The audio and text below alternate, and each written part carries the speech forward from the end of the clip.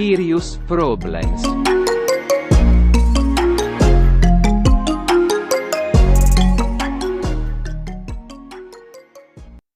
Yo, Jimmy, what's your Skirious problem? Oh, mate, my Skirious problem is I wasn't fucking second on the Tour de Ski like you. You have no Skirious problems now anymore. It's finished. No Skirious problems. Nah, I got too many bitches. Yeah. That's my Skirious problem. Yeah, but that's just how it is these days. Nah, it's fucking dick, I tell you. Being second in a Tour de Ski is good fun. Yeah. Fair enough. Good fun. But also, it's fucking hard work because I was skiing up Alpe d'Huez and I had to go to the fucking limit because I knew that La Palud only was 14 seconds behind me in the overall. And then I ended up being in a situation where I was skiing with Kruger and I was like, oh, I might win this thing. And then I just got dropped like steadily. Like he kept just like increasing the gap between me and him, like meter by meter. And I was so afraid that people behind me were going to catch me up. And that was not so much fun. I'm not going to lie. Yeah, it looked pretty tough. Shame that I didn't manage to finish it. But when you're in bad shape, you have to take some tough decisions. I was kind of really up for doing it. And like, to be honest, I went to watch the race, and actually, it was not that much fun to watch because you kind of feel like, fuck, I should be racing it, you know. So yeah, but that's just the way it is. Got to make some bankroll on trying to go fast on sprints anyway. So yeah, but I don't know if you got the same weird thing as me there, but like anytime when I race bad and my shape's bad, I don't know, I got this fucking like guilty feeling, or not guilty, but like this bit of like a shame feeling where like, oh, I really don't want to like show myself in this way. Like, how's that for you? Yeah, for sure. I think it's kind of like, I don't know if it's true, but like you lose kind of the confidence as well when you like see people. You kind of like feel like, oh, they must, or like they don't see me as like super good right now, and I don't, and then you kind of lose that confidence. It's a bit weird, but I mean, it's not so bad. Like I was still 15th. It's still like, okay, like there's a lot of people that fight to have that one result, and the thing is, when you get like consistently some good results, you kind of always fight for more. Like, I'm pretty sure if you're gonna be, I don't know, 5th or 6th in the overall Tour de Ski next year, you're gonna be disappointed. Yeah. So it's kind of like, yeah. Whereas if somebody told you were gonna be 5th or 6th in the overall on Tour de Ski 3 years ago, you would have been, fuck yeah, this is like fucking awesome. So it's kind of like always chasing after that best result sort of feeling, and sometimes. But it goes so quick though. I remember last year when I was 4th in Ruka, which was like basically my first like result on World Cup level where I was actually fucking good. And I was fucking buzzing. I was like, this is the greatest thing ever. And then this year in Ruka after 20K, I was fucking depressed. I was like, fuck, like, why did I just become forward? Like, oh. Yeah. So it goes so quick. Yeah, for sure. From being like super satisfied with the result to be like, oh, fuck, this is shit. But then you also got to remember, like, it's not so long ago that I was actually like fucking shit, and I was really happy when I was like 30th or. But again, that's like, it's all relative to what you think now. Like, actually being, so your best result was like 20th, I think, in the World Cup like 2-3 years ago, right? Yeah. And then lots of people fight their whole career to get that one result, like top 30, top 20, you know? And then when they have it, they'll like be like buzzing. I remember when I was like, the best is when you always do PBs like constantly. That's like the most, when skiing is the most fun. But there's always going to be a point in your career where you like meet with some bad or not as good results, and then you kind of have to like set your standard again, and And I remember you saying to someone, you have to be able to cope with bad results, because Yeah. when you do like in your career, you have like 85% of the results are gonna be like not the ones you're hoping for, except if you're like, okay, Clavo, and then you have to be able to cope with those results. So yeah, it's tough for many people, but yeah, when you have the results like you're having now, then it's like, yeah, fucking buzzing. I guess you're starting to be famous in Norway as well. Like you did like a legendary interview where you saying that you learn Norwegian by listening to like these teenager songs with like lots of swear words and shit. So Yeah, it's so funny because this whole interview thing was in Ruka actually, and then they never really published it, or they did write sort of an article about it on NRK, but then yeah, didn't really ever like make a big story out of it. And then the second I become second in a tour ski, it's just like the exact story just ends up being in fucking evening news. I was like, what the hell? yeah, you were But on radio, mate, as well. yeah, it's ridiculous, but it's so much. Yeah, I fucking love it. I'm not gonna lie. I think it's great. It's so much fun. Yeah, you're quite But- good at saying all sorts of shit on the media, so they But love the that fun Norwegians. thing is with all of these Norwegians, and I'm not kidding. I get so many like fucking nice messages of Norwegians where they're like, right, I'm actually gonna read this one. Like, because in Norway, like the telephone, like your phone number is just online, so you can just like look up everybody's phone number. And I just get people messaging me, and this one dude just sends me a message.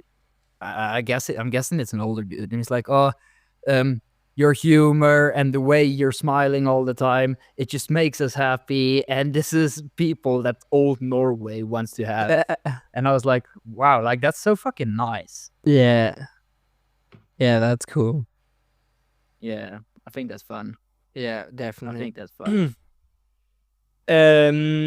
Talking of nice messages, mate, the podcast with Chico has just kicked off, didn't it? And like the Yeah. number of people have sent us messages like, "Oh my god, this episode was so good! It's like the best episode ever." So we're gonna have to do another one with Kiko, definitely, because yeah, it was so easy to talk with him. And to be honest, we could have talked for like hours and hours and hours without. If Kiko would not have had a meeting at like 5 or whatever it was, we'd have just talked for the rest of the evening, wouldn't we? Definitely, definitely. The thing is also like there's just like when you're talking to somebody like that, to somebody like Kiko who has strong opinions about everything. Like there's not a single thing in the world that Kiko does not have an opinion about. Definitely, yeah. But it just makes the whole like doing the podcast, it just makes it so easy. Because like we've got all sorts of opinion. Then at points I got a bit emotional in that podcast as well. And then you just like end up talking and talking and talking and not running out of things to say. And it's honestly, I don't know about you, but I thought it was so much fun talking. It was so good. And also like the thing is he's got some ridiculous points as well sometimes. Like he has some of the points he does are like super constructive, but some of the stuff he says sometimes is absolutely ridiculous. And then add that to the stuff that you say that's ridiculous. Then it was like kind of like these two guys arguing about, no, my argument is the most ridiculous. No, my argument is the most ridiculous. But like the one thing he said where it was like, yeah, Gellivare, you didn't do like a relay with the Austrian team, so they should take away your rec group support. And I was like, mate, I'm the fucking only Austrian there. Who the fuck am I supposed to race with? Yeah, no. Anyway, that was great. if people listen to this podcast and are gonna listen to a really good one, they should listen to the one with Kiko. That was Mate, legendary. should we talk about the Tour de Ski. Yes, I was gonna say. Talk about the Tour de Ski, like what races, what happened, what we did. We were planning on doing so many podcasts, and then we ended up only doing one. Yeah, but I think it's important that people understand how actually busy it is on Tour de Ski. Like, you're just racing every day, and then when you're not racing, you're just kind of fucked and traveling. Or nervous. Yeah, and so yeah, it was a bit busy, and then we kind of did also forget about it once. But Yeah. I think Like in Val di Fiemme, when we forgot about it, it was like also when I was starting to realize, like, oh, I'm actually doing quite well in the overall. And then it's like you're trying to focus on skiing, and you try to focus on yeah, being good, and you just don't have you don't have so much time for just talking crap on a podcast. yeah, for sure, yeah. Should we start where we Left off. where we left Yeah. last time? So we're on the rest day in Toblach. We've raced a sprint, and did we do a mass start? Yep. First race back is the 20K, which Kiko thought was really ridiculous, but I actually thought it was quite good. Yeah, I mean, I think it was kind of like, I don't know, like, I don't know if it's so necessary as a race. Like, okay, there was like some super nice viewpoints. It was cool to race as well. But Yeah. it was like, I think, so the race was decided like by who you were kind of skiing with. So there were groups of people being caught up, and I think in the top 30 there was only maybe like 4 or 5 guys that didn't ski with someone else in the downhill. Yeah, And like, I mean, on one hand, I do agree with you. It was definitely too, like, the race was influenced quite heavily, or the result was influenced quite heavily by if you caught up a group, or if you were skiing in a group or not. But then also it's like tough to influence that, I feel, if you want to do the race there or individual start there, because like the idea of doing an individual start on a 20K loop where you like don't do different laps, you just do like one big loop. It should be super fair, but then the problem was because it was just so flat and the speed was so high, the average speed of the race, that if you cut people up that were in front of you, they were never gonna get dropped because the speed was just so high. So there was so much drafting going on. And then basically from the highest point down to the stadium, if you were in a group there, like even if people are just skiing behind you, you still have quite a big advantage of the draft, because there's also like, if you imagine how draft works, you break the air in front of you, and the air is gonna like trying to like you open this bubble and it's trying to close again the bubble behind you. So you have like some vacuum basically behind you that's sucking you back, that's pulling you back. But if you have somebody skiing behind you, even then, it helps. like the vacuum is trying to close behind that guy, so you don't have the vacuum. So therefore, you profit even if somebody is only skiing behind you. Yeah, But yeah, it was influenced quite heavily by drafting. But honestly, I thought the race was cool. yeah, it was cool, but I don't know, like, it depends. Like, if it's once a year, I guess it's okay. But I think for And it the also depends, I feel, in what kind of like in which terms they're trying to do it. Like here, when it's like in the whole idea of Tour de Ski, I think then it fits. Then it fits quite well, actually. But if you want to do this as like a regular World Cup, fuck no. yeah, I agree, and I think, or like when I was looking at the women's results, like there were definitely some surprises, like Catherine Stewart-Jones going to 4th. Like, to be honest, if Astrid Øyeslind had gone even faster, Catherine Stewart-Jones could have had a podium there. Like, she must have been having really good skis and really good form, but Yeah. like this was by far her best result. I think she maybe, like, it's difficult to tell, but like I think she would definitely not have been 4th if she had skied all by herself. And for the men, Kruger was on the podium ahead of Muzzy, and he was behind at the highest point, but then he skied with Jan Thomas Jensen in the downhill, and then suddenly he gets second place. So if I can stop you there for a second, like this is something that actually, this is something where you need strong, where you need FIS being strong, because the people at FIS, they know exactly who's good skiers and who's not good skiers. And how they did it this year at the Tour de Ski is the seeded group was just the top 15 of the tour overall. So that means that both Kruger and Jan Thomas Jensen at the time were not being in the seeded group, and they were just put in front ahead of the seeded group in like the start list, and they were skiing 30 seconds apart. And everybody who's a little bit right in their mind knows that on this track you do not let Kruger start 30 seconds behind Jan Thomas Jensen, because they're gonna come together and they're gonna ski fast. That's just like 100% certainty. yeah, I mean, if Jan Thomas Jensen had gone faster, he would not have been caught up there. But yeah, it was like there was a group of but the Frenchies. It was the start of like the uphill, and then the end was the downhill. So like Kruger is always gonna catch up to Jan Thomas Jensen when it's like 20 minutes slide uphill, and then Jan Thomas is always gonna go faster in a 20 minutes slide downhill. Yeah, for sure. Now it was yeah, I think, but I don't know what would be the solution then to make it better. To be honest, I talked to Sinne about it in FIS. I was like, if you want to do this race, I think it's great, but then, and I know that it's going to make it a lot harder to sell it for television, but then you have to make the start gaps 1 minute between everybody. I'm sorry, but that's like the only way you're going to get this more fair.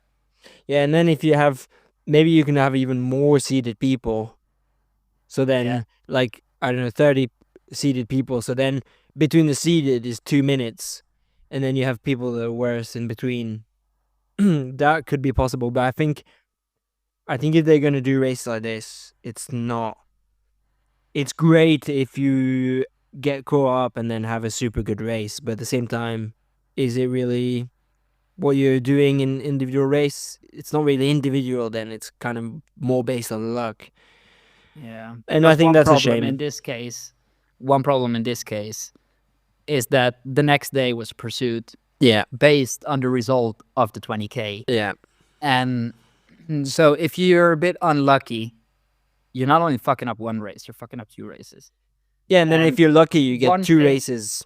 Great. Yeah, and one thing that needs to be assessed. Yeah, that needs to be assessed is like, come on, doing a pursuit based on a 20K race in the Tour de Ski, and then not taking the overall times into the overall classification, but taking the pure skiing times into the classification. Because, like, if we're being honest, Harald Esberg Amundsen, he just got fucked for skiing fast on a Tuesday. I don't get your point, mate. Well, he had like a 30-second gap ahead of number 2. Yeah. On the Tuesday. So he started on the Wednesday. He started 30 seconds ahead of number 2. Behind there was quite tight. So there was people skiing in groups. I was skiing in a group. And he was just skiing by himself all the time on a quite easy track. The track in Toblach is great, but it's not very hard. And so we ended up almost even catching him. Well, I think he only ended up being like less than 10 seconds ahead of us. And the time that was taken into the overall classification, the general classification, was the pure skiing times. So it's not like the overall time, like, okay, Amundsen gets into the finish and then like 1, 2, 3, 4, 5. No, it's like the time that Amundsen took from start to finish, and the time that Edwin Anger, who was skiing in a group with us, took from start to finish. Do you get what I'm saying? Yeah, but that's the whole point of pursuit, mate. So like basically you have the result from the day before, and then you have the so like you take in the result after the pursuit. So how else would you want to do it? I don't really understand. No, you just take if for the GC, for the Tour de Ski GC. Yeah. If you do 2 races which are connected, you have to count them as 2 connected races and not as 2 individual races. Yeah, but that's how it was done.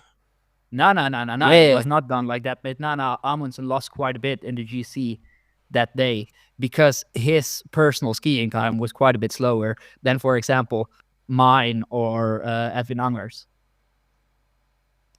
Yeah. Mate, this is a pursuit. How else would you want to do it? Well, basically, take like, okay, let's say Amundsen. It took Amundsen from the second he started until he was in the finish. It took him like what, 30 minutes? Then that's the time he gets. And if we're 10 seconds behind, then we lose in the GC 10 seconds to Amundsen. That's how you should do it. That's how it was done. Nah, that's not how it was done. What the so okay, you have Amundsen takes 30 minutes. Let's make it easy. There's Edwin Anger starts 30 seconds behind Amundsen, but he goes 30 seconds faster than Amundsen, so he's with him in the finish. So you've taken the time that was given to Edwin Anger was the time of the day before and the time, his skiing time of that day. Amundsen, he gets the same. He gets the time of the day before and the skiing time of that day. So it's just that Edwin Anger started with a 30-second disadvantage, but he called that up, so he skied 30 seconds faster than Amundsen. Okay, he was helped with the group, but I don't see how you can do it differently. It's quite simple. Do it like in Nordic combined. The times that you get or the results that you get should be the time that's being considered in the general classification. So I start 30 seconds back and I end up being, I don't know, 10 seconds behind in the finish. Then I should be even 10 seconds further behind in the GC. And not 20 seconds less.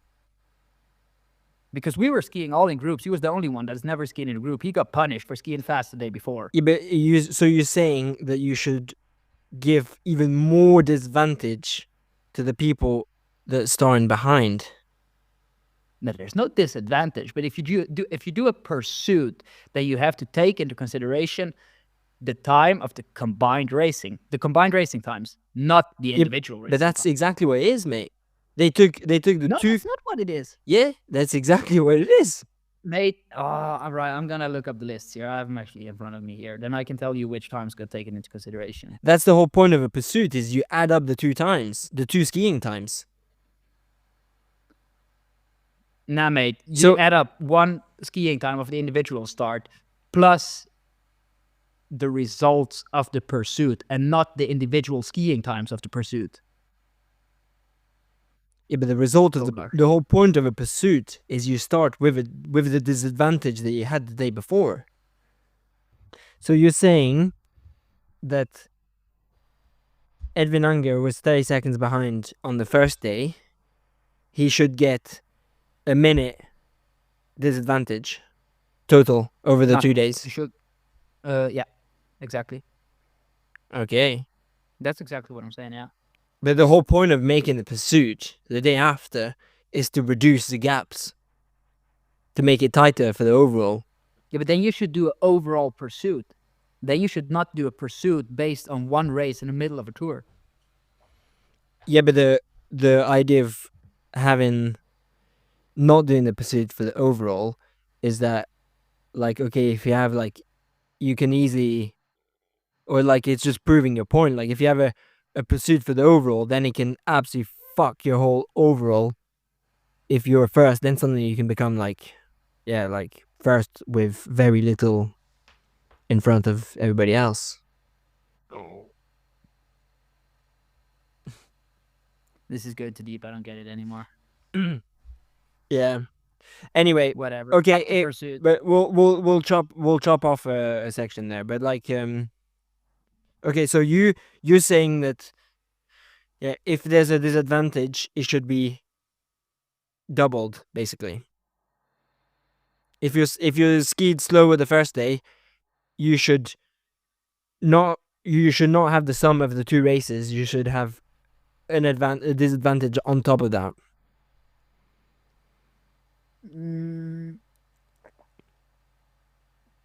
I'm saying if I don't know what I'm saying right now. Right, let's move on anyway. We can. Fuck pursuits in the middle of a tour. Yeah. That's basically what I'm saying. Okay. Do a mass start instead. Do a mass start instead. Yeah. Yeah, I mean, yeah. I mean, it's a point of view. It's not my point of view, but I think it's Yeah, but like Amundsen, he's had to honestly, he's had to dig so much deeper than a lot of people that were just skiing in groups and basically getting a ride along. yeah, but like on the okay, let's say Just look. get Let's look at punished the for skiing fast one day. let's look at the women's race then. The pursuit there, where there was Astrid and Johaug working together at the front. Then you could also argue that it was a bigger disadvantage for everybody else that didn't get the chance to ski with them, to try to keep up with them. So they got even a bigger disadvantage because not only did they start with a few seconds back, but they got even a bigger disadvantage of not being able to keep up with the two best girls. Yeah, but this is also exactly proving my point why pursuits in cross country skiing are a bit, maybe stupid. Because you give the people that are best an advantage, and then people that are worse already start quite a bit behind you. So I think if you look at the women's race, that's exactly why you shouldn't do pursuits in cross country skiing. Yeah. Yeah, I mean, especially not a 50-kilometer pursuit based on a 20-kilometer individual race, which is basically two of the same things.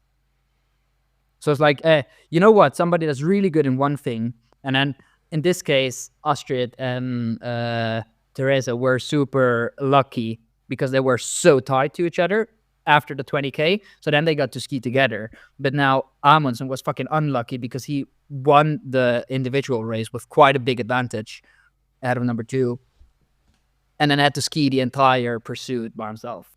Yeah, I mean, that is also maybe a bit more kind of the difference between men and women cross-country skiing at the moment, is that there's often smaller gaps between boys, and so it's a better chance to ski in a big group, which is what happened in the men's pursuit. But yeah, next races then was classic sprint in Val di Femme. New tracks. Maybe to mention before the classic sprints in Val di Fiemme, were you also so fucking tired already after Toblach? I was fucking tired after Toblach. Yeah, I mean, of course I was tired, but like when you're not in great shape, you don't dig as deep as you do when you're in good shape. So like, you get way more tired when you're in good shape, and then you push everything out. Like, also, something that has to be said still about the pursuit races, how fucking strong was Edwin Anger? It was unbelievable. Yeah, he was so good. Yeah, he really stepped up this year, actually. Like, he's been good in distance before, but now I feel like he's taking another step. Yeah, I agree. Especially in double poling, he was so strong in the flat parts there. It was unbelievable. Yeah. Unbelievable. Right, classic sprint in Val di Fiemme. Yeah. Fucking long hill, that second hill, isn't it? Yeah, it's long, but also it's quite a lot of drafting on the finish line, as you experienced. When I saw you go down first, I was like, oh well, Mika, you're not going to be first in the finish, I can tell you that. Yeah, it's I was up there and I was like, oh, like I'm shit in finish sprinting anyways. I might as well just go. Yeah, but I think you did well because you were like 5th or 6th anyway. So it's like, actually, when you're behind, you have nothing to lose to go first. Like, you don't know what might happen. There might be like people that kind of like ski on each other, and then suddenly you qualify. You know, it's like, I think if you're at the back, there's absolutely no point in not going down first. Yeah, I agree. Yeah, I mean, I've talked to Kiko also about the Olympic tracks there. Yeah, they are gonna change some details, and for example, that last little like knuckle before the finish, that's gonna become much bigger. It's gonna be like he said it's gonna be similar to the last knuckle in Fallen. Yeah, okay, crazy. Yeah, the small hill. Yeah, I mean, the speed into the finish will be a lot lower. Yeah, I think that could be better, and also like they made it shorter, the finish line. Yeah, And I think, I mean, it's good that they're trying, but like I don't think that was made it better. I think that might have made it worse. So yeah, they had to do some tuning for that Olympic track. I Right. think. One thing, mate. I think a fucking shock for the tour actually. Val di Fiemme. Amundsen going home. Yeah, that was nuts. That was crazy, actually. Like, you could think that some people would, like, you know, in Tour de France, like, sometimes they get ill and they just kind of like keep going, like keep pushing, and then sometimes it comes back later. Nah, he didn't take a chance. He was second. Was he even second, really close to being the first actually, and just like not taking a chance. I'll just go home and focus for make sure we don't fuck it up for world champs. That must be a tough decision to take. Big for you though, because then, you went up one place in overall. True. I'm not gonna complain about it, but I mean, honestly, I'd rather would have been second with him being on the start line than without him being on the start line. Yeah. Because now there's always like this kind of like thing, but Amundsen wasn't there. So Yeah, for a sure. bit of shit banter. And also there were so many people that were just like ill but still racing on. I think basically the whole French team was ill. Yeah. Muzzy was ill. And there's so many people that were just racing being ill. Yeah. I mean, like in the end, lots of the Frenchies just had to go home after all. So, yeah, it was. Yeah, but I think Google was also ill. Was he? Yeah, I mean, the day of the Alpe Cermis, I was fucking nervous in the morning. And then lots of people came up to me and were like, oh yeah, but Hugo's ill, so. Oh, crazy. Yeah. Well, he didn't do so bad, even though he was ill. Nah, it was fucking good. Yeah, what did he end up fourth in the climb? I think fourth or fifth in the Fourth. Been fourth in the climb, and third in overall. Yeah, tell you what must have been really shit as well, and it was also big for you, was that in the skiathlon, Kruger crashed when he was in the That front. was not big for me. That was shit for me. Why? Because now we didn't get any gaps in the skiathlon. I was just trying to push all the time, but every time I went to the side, nobody else wanted to push. So actually, I think for me, it was fucking shit that he wasn't there. He, honestly, in the overall, he was 40 seconds behind me. And I'm not trying to be cocky or arrogant, but in the shape I was in, there's just no world where he would have, like, caught up 40 seconds to me. He was the same No as way. you. Was he not the same as you on the? No. He was over 40 seconds behind me. Yeah. Mosby was the same as me. Okay. Yeah. Actually, for my chances on winning the Tour de Ski, that was fucking shit, because in order to win it, we'd had to drop Clabo on the skiathlon. And this way, when it was just like basically one person pushing all the time and quite fast conditions, there was just no way that we were going to break him. Yeah. Okay. Yeah. Yeah. I mean, Klabo wasn't letting anybody go fast. He just gliding past in the downhills, go to the front, go slow. But one thing, right? We have to talk about this on the podcast now. Yeah. Like, I feel that our skis are really competitive. I think we really have great skis most of the time. What the fuck is up with Klabo skis? Like, honestly. Yeah. It's a different level. Like, I want to say that in, maybe only not in the 20K, but in all the other races, my skis were in the top 5% of all skis. And then you just have this one guy who just sticks out all the time. And yes, he does a lot of things better. He probably goes better downhill. He probably takes corners better. But like in Toblach, for example, where it's just like a flat downhill, no like hard corners, nothing. Like in one lap, I think he just ended up going like 10 seconds away from us in the downhill. Yeah. Yeah. I mean, like, okay, sometimes I would agree. I think in tracks like Val di Fiemme, when that big corner, you don't see it so much, but like when you really pay attention to it, he is often much lower, times it better with like the person he's going to catch in front, and like pushes like do these small pushes around the corner, and then ends up having like way more speed than everybody else in the finish. And yeah, I think hard to tell sometimes. Sometimes I think it looks like he has so much better skis, but I think sometimes he just does a fucking better job in the downhills, if I can be honest. Yeah. I mean, I agree. He's fucking good in downhills, but then still, like, anytime you're just going down, he just glides straight past you. It makes you think, like, what the fuck? Yeah, I can see that. I can see that. It's unreal. Anything It's else? unreal. Or we should definitely discuss Johaug being an absolute tank, and she absolutely smashed all the women's in the big uphill at the end. And I think Yeah. she smashed lots of boys as well. And I think she Yeah. would have been much faster if she wasn't leading the overall by like a ton and then leading the climb by a ton. So yeah, she was just much better than everybody else. It would actually be fun to see if she'd raced with the men. Like, did the start of the race with the men, how well would she do? I think she would be probably top 20. I think in the uphill race, yes. In all the other races, no. Yeah, definitely. That's what I meant. Yeah, I agree. Yeah. Nah, in Alpe Termes, yeah, she's fucking fast. You know, she beat me once, like, time-wise on Lisbon. Yeah, that's crazy as well. Yeah, yeah. I mean, she's insane. She beat 20 plus guys, I think. Yeah, so Yeah, I guess so too. But it's, yeah, yeah.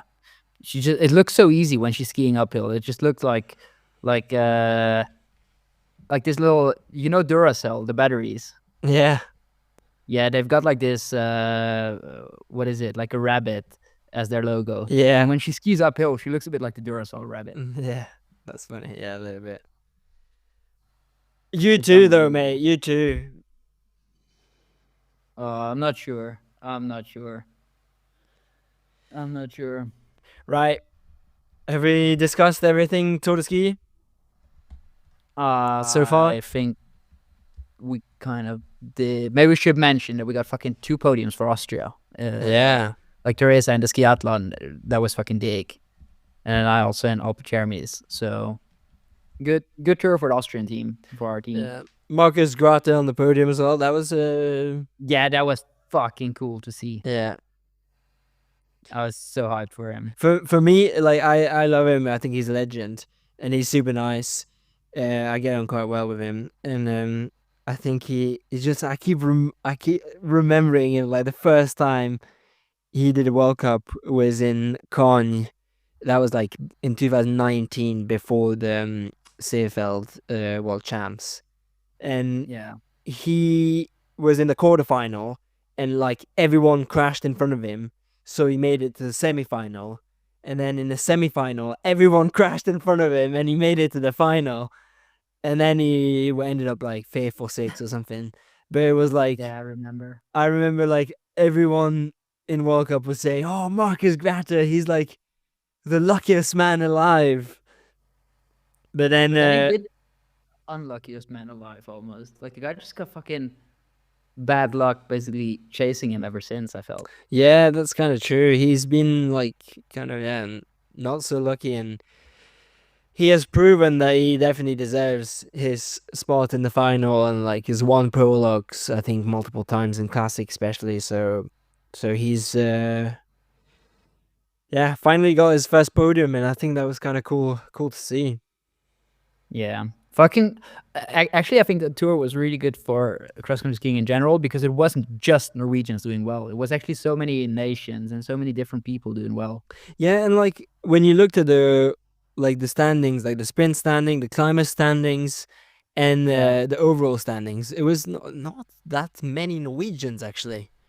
Like there was like one Norwegian Also, the per climber podium. standing was one thing that I was a bit against. So I was like, oh, I think it's a bit stupid. I'm not sure if it's great, but I think it's good. I think one thing they should do though is get one more stage, maybe at the start or in the middle of the tour, where it's like a bit more uphill. maybe not Alpe Cermis, but like you could do like a short uphill finish to give it more of a epic thing like this climbers jersey, because now there was lots of points that were being given away in the 20K where it wasn't really an uphill. It was just like a steady incline, but it was basically flat. So I don't think that really fits so well into the climber standing, and there was so many points that were being given out there. Yeah, But I think, but yeah. I think the only thing disadvantage I see a bit with the climber standings is a bit, it kind of doubles up on the overall standings as well, because like if you're good in climbing, you're probably going to be in a very good place in the overall, and like that we saw with both you and Lapalu being Yeah. second and third in the overall, and then Kruger, if he hadn't crashed, would have been top 4 or 5 at least, so in the overall. So One yeah. thing they should definitely I take did away check, in the Mika. climbers. I Mhm. checked, and you were 16 seconds ahead of Kruger on before this biathlon. So Yeah.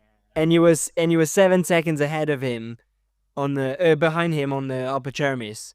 So it would have been, if he'd skied the same as you on the skiathlon, it would have been a fucking tight fight. Nah, I've got the true. I've got the true of me, and honestly, staying on your feet is part of winning. Yeah, definitely.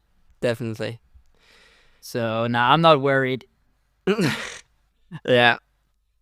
Not worried. One thing I was gonna say is that in the climber standing, one thing they should definitely change: take away points for the last uphill, because like in both Val di Fiemme and in Toblach, there was still points being given out on the top of the last uphill, and that's when the fight for winning the race is in full swing.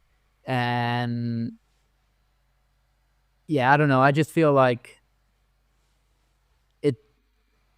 You make it double down more in overall, or like you make it be more similar to the overall result by having the points on the last climb as well, because that's when people get fucked. So even if you'd have people that were just trying to get the climber's jersey, they'd most likely get fucked in the last uphill already. So yeah, giving out points in the last lap, I don't think that's a thing you should do. Yeah. I mean, I think it in cross country skiing is always going to be close to the overall anyway, to be honest. Yeah. Because it's not like cycling, you have like such a big Oh, advantage but honestly, of mate, like in cycling, breakaways. if you look, but if you look in cycling, it's so close to the overall quite often as well. I think the times that the winner of Tour de France has also won the climber's jersey. It's insane. But then still, every now and then, you get like somebody that's managed to grab lots of points in breakaways and is still Yeah. trying to fight for the climber's jersey. So I think you should try to work for a way where it's more likely that you get people fight for a climber's jersey that are not necessarily going to end up on a podium in the Tour ski Yeah, or win it. Because honestly, I think the best climbers, you can do what you want. They're always going to be close Yeah. in time. So they're always going to be good for a good overall spot anyways. In cross country skiing with like no breakaways and stuff, I have a hard time believing you can make it so that the climber's jersey can be someone that's not fighting for a really, really good result in the overall. Yeah. But anyway, I was fucking against it at the start. Or not against it. I just thought it was a bit useless at the start. But I don't know. I feel it didn't... I don't think that the people disliked it so much. No, I think it was interesting. Yeah. Yeah. Right. That was a good little sum up, I think. Yeah. Probably a bit boring if you're used to podcasts with Kiko now, but... Yeah. Yeah. Right, Jimmy. Yeah. Train well. You too. And talk soon. Ciao. Ciao.